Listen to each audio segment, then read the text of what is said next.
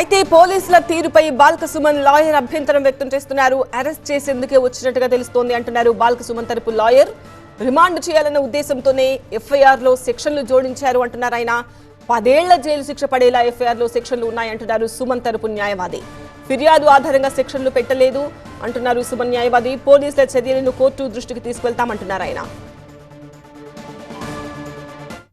క్లియర్గా ఇక్కడ మీడియా ద్వారా ఇక్కడ వాళ్ళు సింగరేణికి సంబంధించిన జాయింట్ ఇన్స్పెక్టర్ ఆనంద్ గారు ఇచ్చిన కంప్లైంట్ ఇది. ఈ కంప్లైంట్ ప్రకారం అంటే జెన్యూన్గా ఇన్వెస్టిగేషన్ పోలీస్ అధికారులు చేస్తే ఈ కంప్లైంట్ బేస్ చేసుకొని దీనికి సంబంధించిన ఎవిడెన్స్ని కలెక్ట్ చేసిన తర్వాత బిఎన్ఎస్ఎస్ యాక్ట్ ప్రకారం కొత్త రూల్ ప్రకారం 14 days ఇన్వెస్టిగేషన్ చేసి ఎఫ్ఐఆర్ నమోదు చేయాల్సి వస్తుంది. కంప్లైంట్ ఇచ్చిన డేట్ మీరు చూడండి.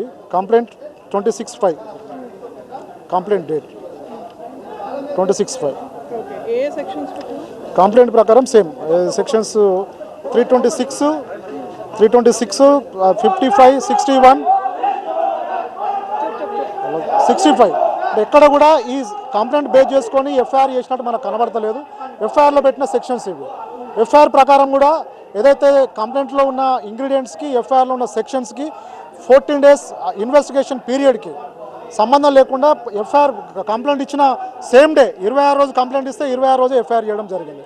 క్లియర్గా బిఎన్ఎస్ యాక్ట్ని వైలేట్ చేసినట్టు మనకు కనబడుతుంది. ఒకవేళ ఆల్రెడీ హైకోర్టులో ఇన్స్పెక్టర్ బెయిల్ మూవ్ చేయడం జరిగింది. నాంపల్లి పోలీసులకి నోటీస్ కూడా వెళ్ళడం జరిగింది. గురువారానికి అది పోస్ట్ చేయడం జరిగింది.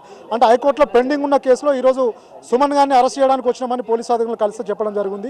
నిజంగా illegal arrest, illegal detention, illegal FIR అని చెప్పి ఒకవేళ రిమాండ్ చేస్తే బీఆర్ఎస్ లీగల్ టీం దీని మీద ఆర్గ్యూ చేసే అవకాశం ఉంది. 100% రిమాండ్ రిజెక్షన్ మేము ప్రయత్నం చేస్తున్నాం. ఎందుకంటే పీడీపీపీ యాక్ట్ అనేది అట్రాక్ట్ కాదు, పబ్లిక్ ప్రాపర్టీ డ్యామేజ్ ఎక్కడ కాలేదు.